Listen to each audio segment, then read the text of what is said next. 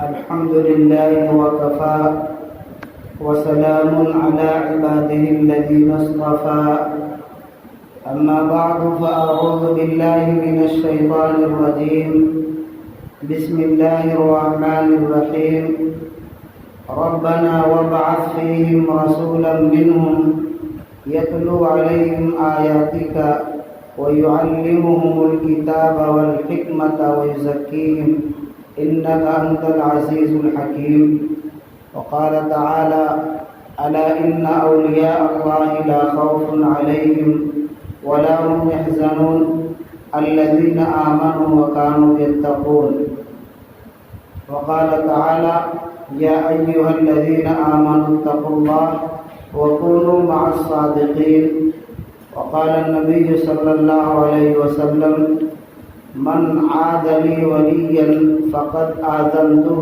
بالحرب صدق الله العظيم.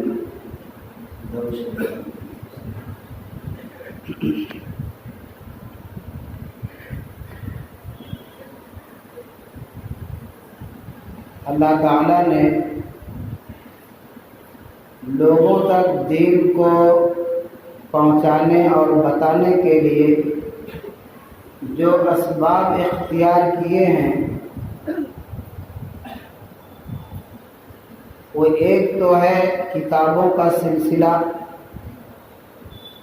کہ اللہ تعالیٰ نے آسمانی کتابیں نازل فرمائیں، اور دوسرا طریقہ اللہ رب العزت نے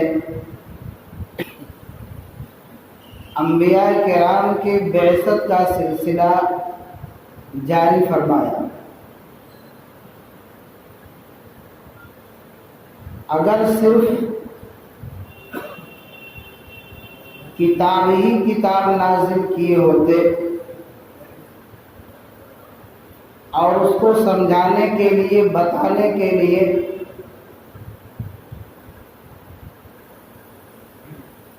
انبیاء کرام کا سلسلہ نہ جاری ہوا ہوتا تو جس اعتبار سے اللہ رب العزت کے احکام کو سمجھنا چاہیے اس اعتبار سے ہم اور آپ اللہ کے احکام کو نہیں سمجھ پاتے۔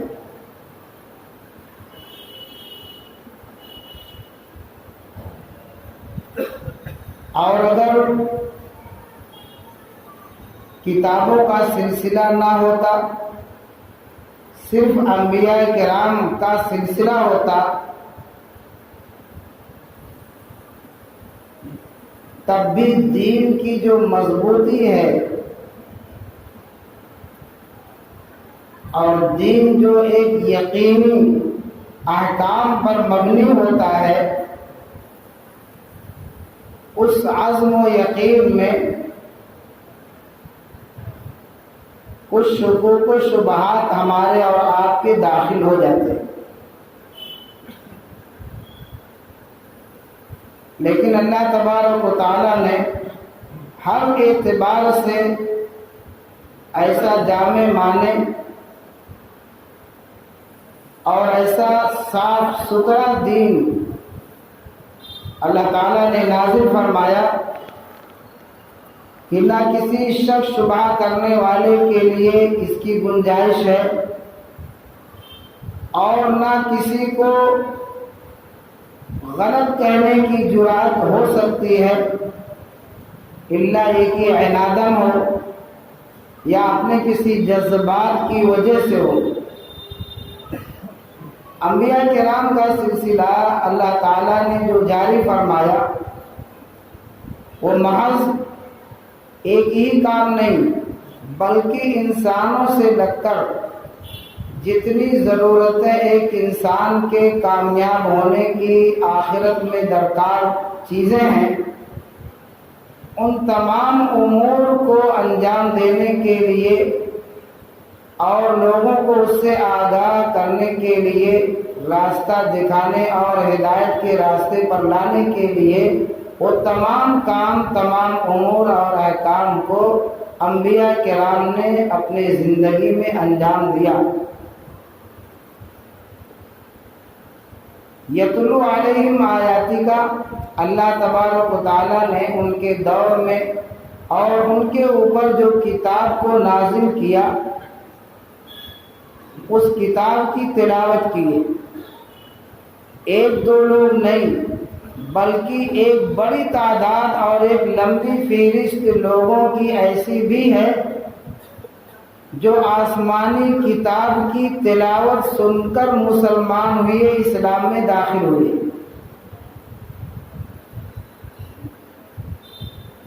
اور ایسا نہیں کہ صرف کمزور اور ناسمجھ لوگ اس کو قبول کیے ہوں، بلکہ اعلیٰ قسم کے جرأت مند علم و دانش رکھنے والے حضرات آسمانی کتابوں کی تلاوت سنے اور سننے کے بعد اسلام میں داخل ہوئے، مسلمان ہوئے.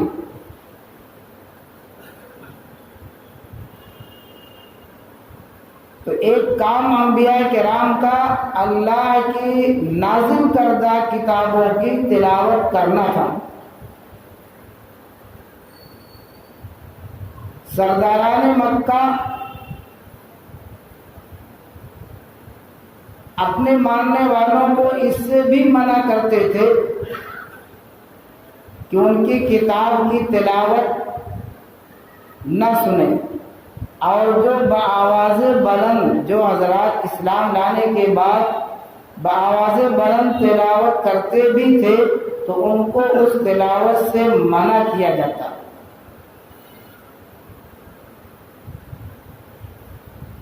کتاب کے اندر اتنی حقانیت اور مؤثر کتاب کہ سننے کے بعد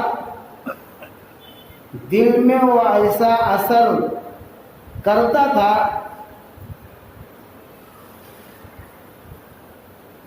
یا تو اسی مجلس میں اور یا تو کچھ دیر اسلام میں داخل ہوتے تھے. ایک طریقہ کتاب کی تلاوت سے لوگوں کو دلوں میں اللہ کے احکام ان کے کتاب کی روشنی میں اسلام میں داخل کرنے کا یہ طریقہ تھا. دوسرا والحکمت یتلو علیہم آیاتی کا ویعلمہم الکتاب، اور کتاب کی تعلیم. دوسرا طریقہ کتاب کی تعلیم.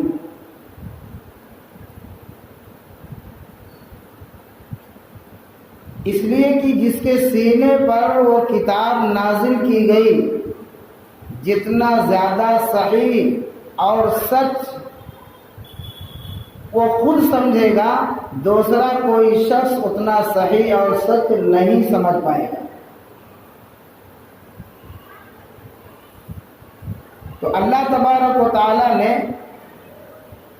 انبیاء کرام کے جن کو اللہ نے کتاب عطا فرمائی آسمانی، ان کے دلوں پر آسمانی کتاب کے احکام کو، آیتوں کو نازل فرما کر اس کا درس دلایا، اس کی تعلیم دلوائی کہ لوگوں کو اس کتاب کی تعلیم دو.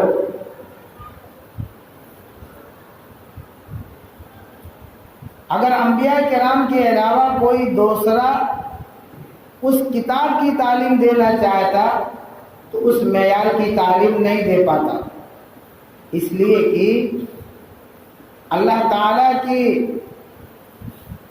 کتاب کے اندر یا کتابیں جو نازل کی گئیں ان کے اندر یا اللہ تعالیٰ کی تجلی، اللہ تعالیٰ کا نور، اس کو سہنے اور برداشت کرنے کے لیے ہر ایک کے سینے میں، دل میں وہ قوت و طاقت نہیں تھی. خود حضرت محمد رسول اللہ صلی اللہ علیہ وسلم آپ پر جب آیتیں یا سورتیں نازل ہوتی تھیں تو سردی کا سخت اور کڑاکے کی سردی رہتی تھی، پھر بھی آپ پسینے میں سرابور ہو جاتے تھے، یعنی پسینہ پسینہ ہو جاتے تھے. کبھی آپ سواری پر سوار ہیں اور قرآن کی آیتیں نازل ہونے لگی، اس کے بوجھ سے وہ سواری بیٹھنے لگی۔ کبھی ازواج مطہرات حضرت عائشہ صدیقہ رضی اللہ تعالی عنہ کہتی ہیں کہ آپ کا سر مبارک میرے گود میں ہے اور آیتیں نازل ہونے لگی، ایسا مجھے محسوس ہو رہا تھا کہ میرے ران کی ہڈی ٹوٹ جائے گی۔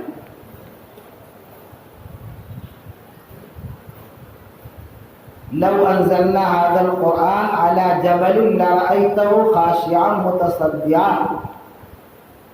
کہ اگر یہ قرآن میں پہاڑوں پر نازل کرتا، پہاڑ کتنا مضبوط ہے، پہاڑوں پر نازل کرتا، لرأيته خاشعا متصدعا، اس کو دیکھتے کہ ڈر سے لرزتا، کانپتا، ٹوٹ جاتا۔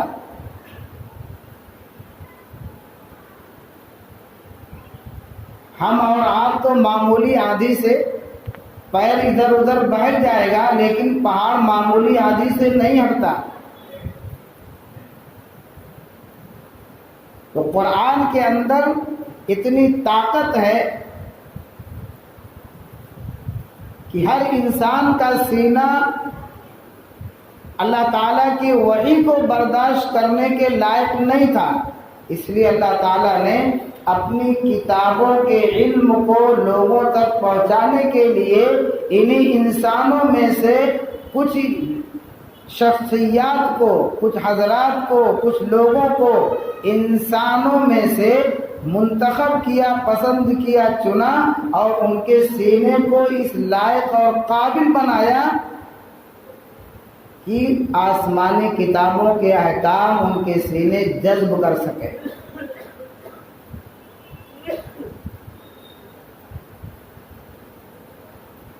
پھر انبیاء کرام کے ذریعے سے ان احکامات کو اور ان آسمانی کتابوں کے علم کو لوگوں کو بتایا گیا، اس کی تعلیم دی گئی۔ تو دو کام ہوا، ایک تو کتابوں کی تلاوت کے ذریعے سے، دوسرے کتاب کی تعلیم کے ذریعے سے۔ والحکمت، اور حکمت کی، اخلاق کی، کردار کی، یہ سب چیزیں انبیاء کرام نے سکھائی۔ یہ طور طریقہ جو آج ہم کر رہے ہیں، جس کا ہم کو استحضار نہیں ہے، یعنی ویلو ہمارے اندر نہیں ہے کہ ایک چیز شروع سے، ابتدا سے چلی آ رہی ہے کہ کھانے سے پہلے ہاتھ دھلنا ہے، کھانے کے بعد ہاتھ دھلنا ہے، انگلیوں کو، پلیٹ کو چاٹنا ہے اور پاک و صاف رہنا ہے۔ تو یہ جو سب طریقہ چلا آ رہا ہے کہ سونے سے پہلے یہ دعا، سو کر اٹھنے کی یہ دعا، کھانے کا یہ طریقہ، پینے کا یہ طریقہ، نماز کا یہ طریقہ، تو روزمرہ کی زندگی میں وہ چیزیں ہوتے ہوتے اب ایک فطرت اور ایک عادت بن گئی ہے جس کا احساس نہیں ہوتا، لیکن یہ طریقے سب کے سب انبیاء کرام نے سکھائے ہیں۔ وہ ٹائم ان لوگوں کو جن کے بیچ میں بھیجے گئے ان کو نہیں معلوم تھا کہ کھانے کا کیا طریقہ ہونا چاہیے، پینے کا کیا طریقہ ہونا چاہیے، سونا کس طرح چاہیے، قضاء حاجت کس طرح جانا آنا چاہیے، وضو کس طرح کرنا چاہیے، غسل کس طرح کرنا چاہیے، نہیں معلوم تھا۔ تو دانائی کی باتیں، حکمت کی باتیں، اخلاق کی، کردار کی، معاشرت کی باتیں انبیاء کرام نے انسانوں کو سکھائیں۔ وَيُزَكِّيهِمْ، اور لوگوں کا تزکیہ کیا۔ لوگوں کے اندر جیسے باہر بیماری کا تزکیہ اور علاج ہوتا ہے، ایسے اندر بھی تزکیہ نام ہے اندرونی بیماری کو دور کرنا۔ اندرونی بیماری، کسی کو چغلی کی بیماری، کسی کو حسد کی بیماری، کسی کو غیبت کی بیماری، کسی کو جلن کی بیماری، کسی کو تمسخر کی بیماری کی مذاق اڑاتا چلتا ہے، کسی کو بڑائی اور تکبر کی بیماری، تو یہ سب چیزیں بیماری میں داخل ہے، باطنی بیماری میں داخل ہے، یہ سب باطنی بیماری میں داخل ہے۔ اور یہ زیادہ خطرناک ہیں آخرت میں ہلاکت کے اعتبار سے، جسمانی بیماری کے اعتبار سے۔ جسمانی بیماری دنیا میں پریشان کرتی ہے، لیکن یہ جو بیماریاں ہیں یہ آخرت میں برباد کرتی ہیں۔ کیوں؟ اعمال کو کھا لیتی ہیں، نیک اعمال کو کھا لیتی ہیں، اور نیک اعمال ہی آخرت کے کامیابی کا سبب اور ذریعہ ہوتا ہے۔ تو ان بیماریوں کو وَيُزَكِّيهِمْ، لوگوں کا تزکیہ بھی انبیاء کرام نے کیا۔ جیسے کتاب کی تعلیم کی ہے، آج تک کتاب کی تعلیم ہوتی آ رہی ہے، کتاب کی تلاوت کی ہے، آج تک کتاب کی تلاوت ہوتی آ رہی ہے۔ حکمت اور دانائی اخلاق کی باتیں بتائے، آج تک حکمت اور دانائی اخلاق کی، کردار کی باتیں بتاتے لوگ آ رہے ہیں۔ تزکیہ کیا انبیاء کرام نے لوگوں کا، آج تک تزکیہ کا دور اور زمانہ چلتا آ رہا ہے۔ لیکن اس اعتبار سے آج امت بہت زیادہ غفلت میں ہے، بہت زیادہ مطلب بے احساسی میں ہے۔ احساس بھی نہیں ہے کہ یہ چیز بھی ہماری اصلاح کے لیے اور ضرورت کے لیے ہے۔ یہ کہہ کر لوگ ہٹ جاتے ہیں کہ آج تو پہلے جیسے بزرگان دین نہیں رہے، آج تو شیخ عبد القادر جیلانی رحمۃ اللہ ہی نہیں ہے، تو تزکیہ کس سے کرائیں، اصلاح کس سے کرائیں؟ خواجہ صاحب ہی نہیں ہے، تزکیہ کس سے کرائیں گے؟ حضرت صابر کلیری رحمۃ اللہ ہی نہیں ہے، کہاں کس سے کرائیں گے؟ تو آج یہ کہہ کے لوگ جو ہے اس کو بڑے آسانی سے چھوڑ دیتے ہیں، لیکن اپنا کھانا نہیں چھوڑتے۔ پہلے دودھ جو پیور ملتا تھا، آج پانی والا مل رہا ہے، تو کہہ کے نہیں چھوڑتے کہ پیور دودھ نہیں ملتا، چلو دودھ چھوڑ دیتے ہیں۔ تیل پہلے کچھ حد تک اچھا ملتا تھا، آج نہ جانے کتنے قسم کی چیزیں ملا کے تیار کرتے ہیں، تو اس کو نہیں چھوڑتے کہ آج پیور نہیں مل رہا ہے۔ انڈا پتہ نہیں مرغی کا رہتا ہے کہ مشین کا رہتا ہے، کھاتے چلے جا رہے ہیں، وہ نہیں چھوڑتا۔ صرف اسی کو بڑے آسانی سے چھوڑ دے رہے کہ آج جو ہے وہ شخصیات نہیں ہے شیخ عبد القادر جیلانی رحمۃ اللہ علیہ۔ اگر ان کو تلاش کر رہے ہیں تو اب نہیں پائیں گے، اب نہیں پائیں گے، ویسے ہی آپ چلے جائیں گے۔ اگر عبادات کو دیکھا جائے تو اتنا کم ہم عبادات میں ہیں کہ نامہ اعمال اگر کھولے جائیں گے تو عبادات کے وجہ سے جنت کا مستحق کوئی ہو جائے شاید کہ ایک دو نام بھی نہ نکلے۔ یہ تو حالات، مصیبت، پریشانیاں، بیماریاں، تکلیفیں، آزمائشیں ایسی ہیں جو نامہ اعمال میں نیکیاں لکھوا دیتی ہیں، ورنہ نامہ اعمال خالی جائے گا، ہم تلاش کرتے رہ جائیں گے اور یہ کہہ کے چھوڑ دیں گے کوئی ملا نہیں۔ تو ہم کیا اس معیار کے ہیں ان کے سامنے بیٹھ سکیں؟ ان کے والد شیخ ابو صالح موسیٰ ہیں، شیخ عبد القادر جیلانی رحمۃ اللہ علیہ کے، ان کا واقعہ مشہور ہے، اور شیخ عبد القادر جیلانی رحمۃ اللہ علیہ کے بھی واقعہ مشہور ہے کہ بہتا ہوا سیب جا رہا تھا، کئی دن کا فاقہ ان کا چل رہا تھا، بھوک نے ستایا ہوا تھا، اٹھائے بہتے ہوئے سیب کو کھا لیے، لیکن پھر خیال آیا پتہ نہیں کس کا سیب ہے، کہاں سے آیا ہے، اجازت تو لیے نہیں، بغیر اجازت کے کھا لیے، صدقہ ہے کیا نہیں ہے۔ تو اب اس کی تلاش میں پانی کے اس رخ پر چلے گئے جس رخ سے بہتے ہوئے آ رہا تھا۔ دور جانے کے بعد ایک باغ کا سیب ملا، وہاں وہ گرا اور پانی میں بہتے جا رہا تھا، وہ کھائے تھے۔ تو وہاں ایک اللہ والے تھے جن کا باغ تھا، عبداللہ سامدی رحمۃ اللہ علیہ، یہ جا کر بولے کہ یہ سیب آپ کے باغ کا گرا ہوا جا رہا تھا، میں نے اٹھا کر کھا لیا، مجھے معاف کر دیجیے، آپ سے اجازت نہیں لیا۔ اجازت کی کیا ضرورت ہے، وہ تو خود ہی ضائع ہو رہا ہے، اس پر شریعت کا کوئی حکم نہیں ہے کہ نہیں کھا سکتے، معاف کر دیجیے۔ لیکن تقویٰ طہارت دیکھیے، شیخ عبد القادر جیلانی رحمۃ اللہ علیہ کے والد کے اندر تقویٰ طہارت دیکھیے، معاف کر دیجیے، آپ سے اجازت نہیں لیا۔ انہوں نے کہا دو شرط ہے معاف کی، ایک شرط یہ ہے کہ سال بھر تم میرے باغ کے ملازم رہو گے، سال بھر کے بعد پھر دوسری شرط بتاؤں گا، سال بھر باغ کی ملازمت کیے،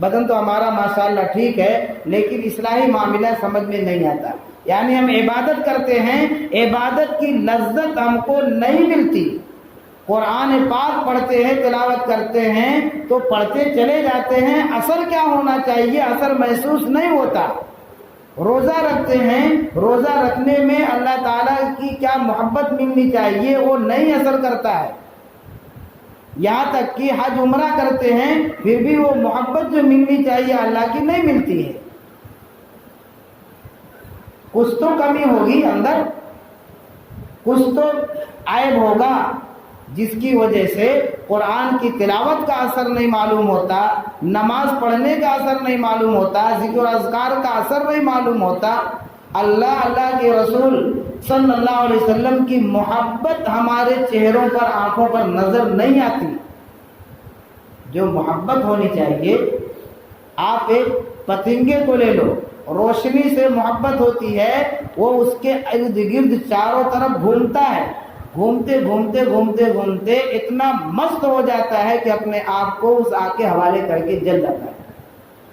اس سے بھی ہم نیچے درجے میں ہیں, اس سے بھی ہم عشق و محبت کے اعتبار سے نیچے درجے میں ہیں.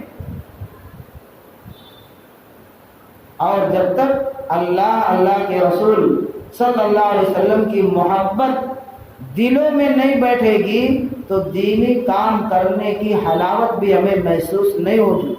کام ہو رہا ہے سمجھ میں آ رہا ہے, لیکن پسند اللہ کو جب آئے گا جب ہم اس کیفیت پر اپنے آپ کو لا کر ڈالیں. تو اس کا بھی دھیان دیں کہ قرآن میں انبیاء کرام کی بعثت کا جو مقصد ہے وہ 4 چیز بتلایا گیا. اللہ تعالیٰ کے یہاں کوئی چیز مشکل تھوڑو نہ ہے کہ آپ جائیں تو آپ کی اصلاح ہو جائے, یہ جائیں تو ان کی اصلاح نہ ہو. آپ نماز پڑھیں قبول کر لیں, وہ نماز پڑھیں قبول نہ کریں, ایسا نہیں. اللہ تعالیٰ قادر المطلق ہیں, جیسا چاہیں جس طرح چاہیں اللہ تعالیٰ وہ انتظام کر سکتے ہیں, کرنے پر قادر ہیں. دودھ پینے کا زمانہ ہے, شیر خارگی کا زمانہ ہے موسیٰ علیہ السلام کا, بچ گئے, غرق نہیں ہوئے, جبکہ کمزوری کی انتہا تھی. ابھی تو بچے ہیں, کمزوری کی انتہا ہے, اور فرعون غرق ہو گیا جبکہ طاقت کی انتہا اس کے پاس تھی. تو اللہ تعالیٰ کے یہاں کوئی چیز روکنے والی نہیں ہے, بس ہم اپنے اندر وہ طلب پیدا کریں. جیسے ہم اپنی ظاہری بیماری کو دھیان دیتے ہیں, فکر کرتے ہیں, تو اپنے اس بیماری جہاں جا کر اعمال رکتے ہیں, جمع ہوتے ہیں, جہاں اللہ کی نگاہ ہے, جہاں کے نورانی اور پاکیزہ ہونے سے اللہ تعالیٰ اعمال کو قبول کرتے ہیں, اس پر بھی دھیان دے کہ اس کی بھی پاکیزگی حاصل ہو جائے, اس کی بھی طہارت ہمیں حاصل ہو جائے. تواضع سے, انکساری سے. کہتے ہیں بڑائی اور تکبر چاہے دولت کا ہو, حسن کا ہو, مال کا ہو, جاہ کا ہو, حسب نسب کا ہو, علم کا ہی کیوں نہ ہو تکبر, تب بھی عند اللہ مقبول نہیں. تقوی کا تکبر کیوں نہ آ جائے تب بھی مقبول نہیں, جبکہ تقوی کا جگہ جگہ حکم دیا گیا کہ تقوی اختیار کرو, تقوی اختیار کرو. تواضع ہونا چاہیے. عمر فاروق رضی اللہ تعالیٰ عنہ امیر المومنین ہیں. تواضع کس درجہ ہے کہ رات میں اٹھ کر وہ گشت کر رہے ہیں, رات میں اٹھ کر گشت کر رہے ہیں.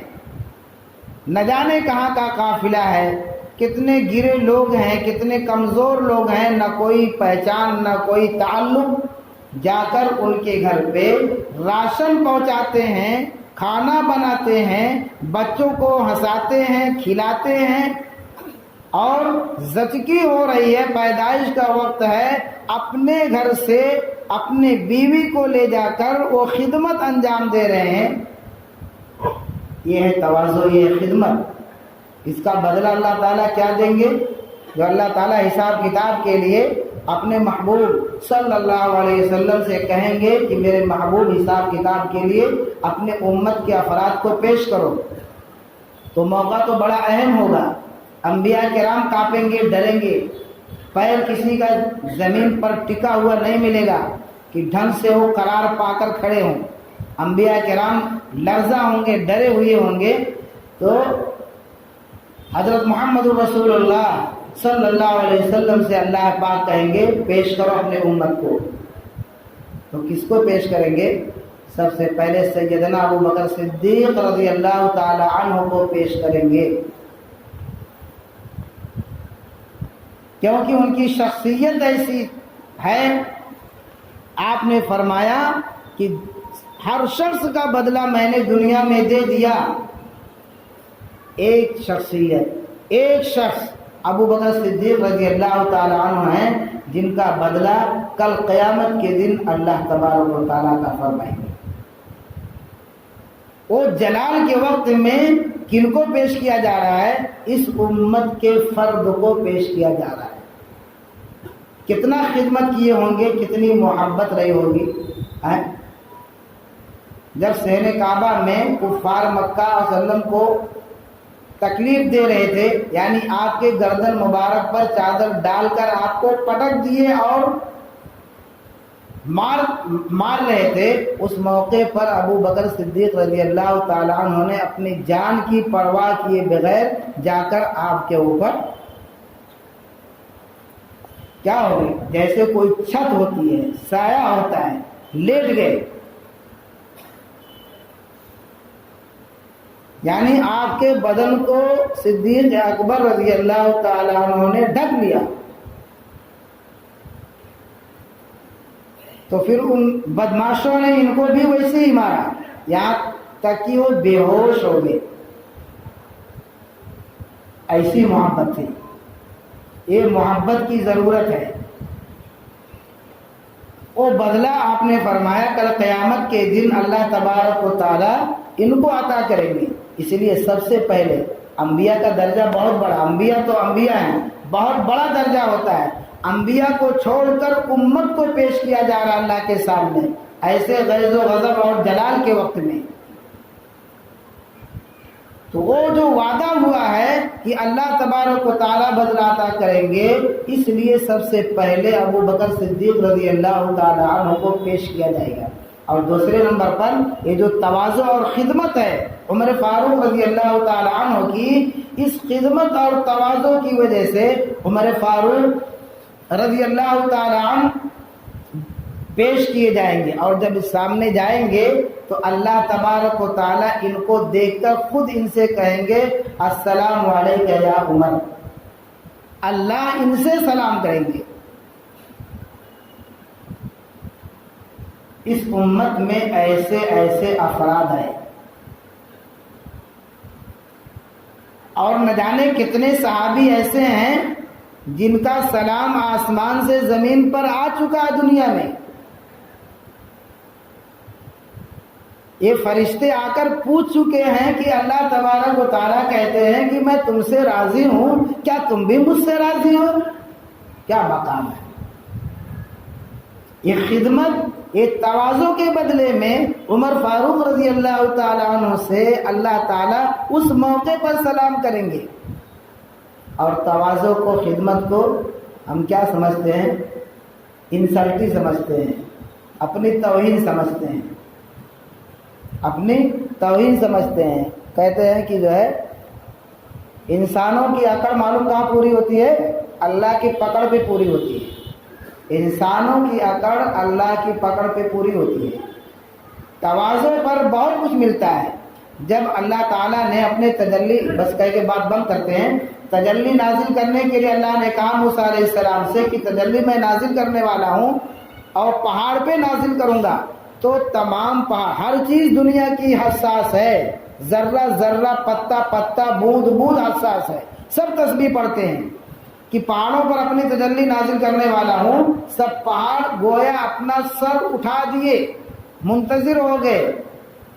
طور پہاڑ تھا, چھوٹا تھا, وہ سمجھا کہ میں تو چھوٹا ہوں, میں کس لائق نہیں ہوں, میں اس لائق نہیں ہوں. اس کے اندر تواضع بھری, اور تواضع کی وجہ سے اللہ نے اسی پہاڑ کو پسند کیا, اور جب تجلی کا نور نازل کیا اسی پر نازل کیا. یہ ہے تواضع. من تواضع للہ